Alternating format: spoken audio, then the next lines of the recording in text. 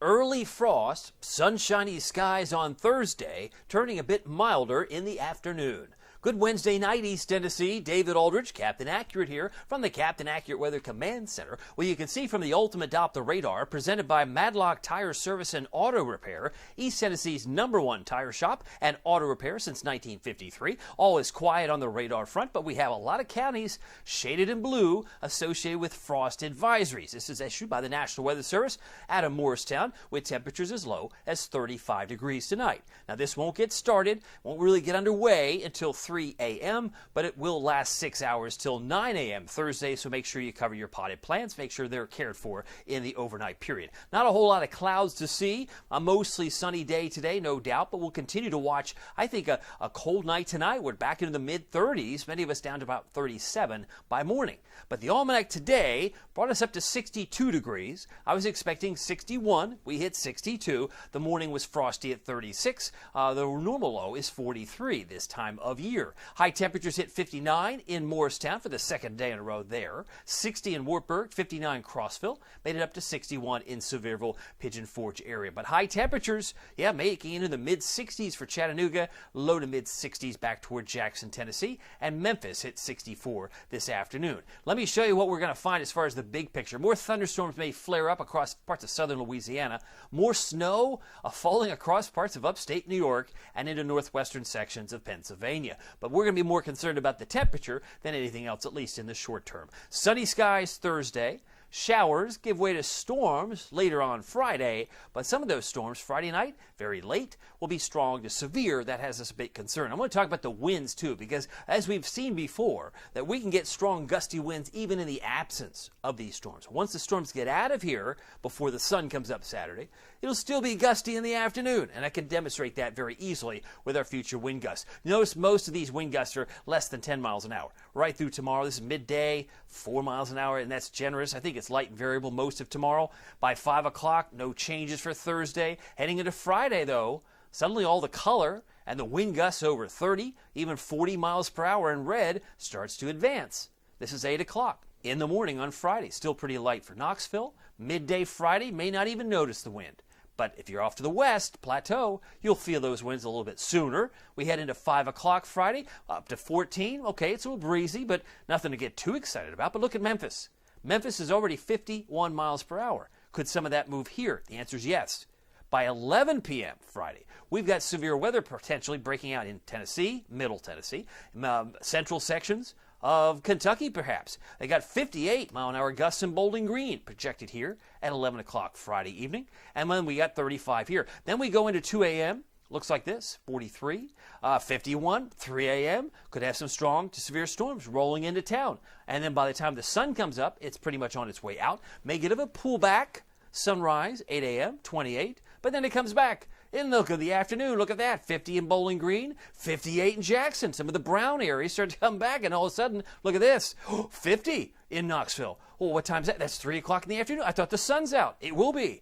But it's gusting to 62 in Roanoke. So you're going to see another surge of wind coming in even after the storms leave early in the morning on Saturday. So it's a late Friday night, Saturday morning event. Most of the weekend's dry, but you got to get through these winds, and they'll still be howling at times or gusty at times. Saturday afternoon, no doubt. There's 4:30 in the afternoon. There's a 51-mile-an-hour gust. When's this wind going to slow down? Very late Saturday. As you can see, 8 o'clock there. And by the time you wake up Sunday morning, heading off to church services, it's less than 10 miles per hour again. So again, we'll get some calm winds, but it's going to be perhaps a very interesting time frame once we go into Friday night and into early Saturday and Saturday afternoon. What about the rainfall? The other element, the other pink elephant in the room, I guess, is this. How much rain do you think we can get on Saturday? Some of us may get a half inch, like Morristown, maybe 3/4 of an inch, Knoxville, perhaps locally higher amounts, over an inch, inch and a half. Between Crossville and Jamestown. So again, it's going to depend on several factors, but these are showers and storms where they take up residence. I suppose we'll expect locally heavy rain a possibility. Storm Prediction Center, lots of colors to talk about. Not so much tomorrow, because tomorrow the darker greens is what we're focused on. That's the isolated severe storms. But if I advance the map again into your day on Thursday. There'll be some hot spots in dark green. That would be Oklahoma, North Texas, even up toward maybe in the corner there of South Dakota and into Iowa, and then even into Nebraska. But you'll notice there's also the concern around Oklahoma City for isolated severe storms tomorrow, but nothing going on here tomorrow because we've got sunny skies. So Thursday's a ho-hum. But all of a sudden the colors come alive on Friday. And that's because the cold air, and I mean really cold air, single digits across North Dakota this morning, it's going to be clashing with some of the warm air. And so it's all going to converge in the middle part of the country. And so the orange areas may in fact mean, or could potentially mean, some tornado outbreaks and damaging winds in many areas in the orange areas. That would be in Memphis and Nashville. But north of College Station, maybe isolated.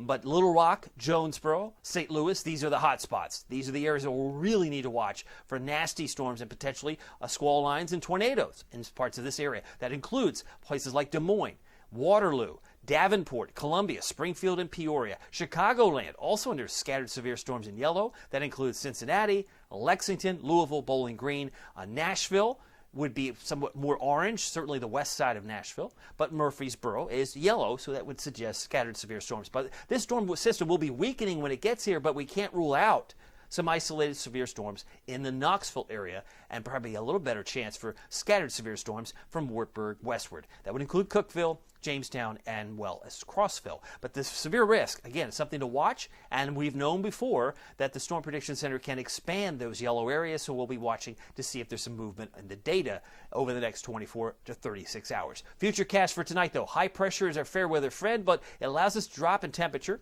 starting off in the 30s, finishing tomorrow around 67. This is 8 o'clock on Friday. No thunder here, but I think showers will be on the increase as soon as the sun comes up. And you can see more back toward Bowling Green and near Memphis. But it's the line that's west of Memphis that we're watching for this convection and this thunderstorms that could be more potent. They'll be coming in toward the evening. That's 7 p.m. A couple of showers and storms in Knoxville area. But again, most of this begins to fire up like so. This little line, 1 o'clock in the morning, might have a lot of vigor and bravado as it comes in. There's 3:15. So by the time the sun's up Saturday morning, it's all gone. It wipes out of here pretty quickly. And then we see those gusty winds return in the afternoon. 45 to 50 miles per hour is my expectation. But a much quieter day on Sunday for the big marathon in Knoxville. Valley Planner, we're down to about 37 by morning. Average low, it's about 42 for this time of year, but we will get colder as that frost advisory, again, starts at 3 a.m., runs till 9 a.m. So 37, your low temperature tonight, patches of frost late, light and variable winds. For lows, about 31, Middlesboro, Jonesville. 33 for Jamestown, should easily drop to the mid-30s, like 36 for Newport. 34 for Morristown, and it'll be cold enough to see your breath in Madisonville, Tellico Plains at 36 degrees tomorrow morning. Speaking of tomorrow, high of 67, early frost, sunshiny skies, normal high is 66. So it's a near normal afternoon with light and variable winds. 68 for Newport, 70 for Athens, looking for a high of Kingston, Harriman, Rockwood, 68, Oak Ridge, Clinton at 68 degrees. La Follette, about 66 tomorrow afternoon. Here's your Captain Accurate Weather Authority forecast for Knoxville, East Tennessee, 65 on Friday. Strong to severe. Again, PM gusts 45 to 50, but we could easily match that when the line comes in late Friday night. So it's like bookends, right? It comes in, comes out, but then the winds pick up. And then on Sunday, things quiet. It's kind of a chilly, frosty start to the morning. And then we're back in the 70s by Tuesday and Wednesday with spots of rain. Looks like Thursday of next week could be pretty soggy as well. So we'll be dealing with more rain down the road as well. But April will be here before you know it. By the way, keep track of it all using the Captain Accurate Weather app with Pete Michaels Traffic. It's free. It works on your iPad as well. Just search the words Captain Accurate at the App Store and Google Play. Well, my name is David Aldridge. Some people call me Captain Accurate. It's not easy being accurate. So weather doesn't surprise you. We'll see you here next time. Take care.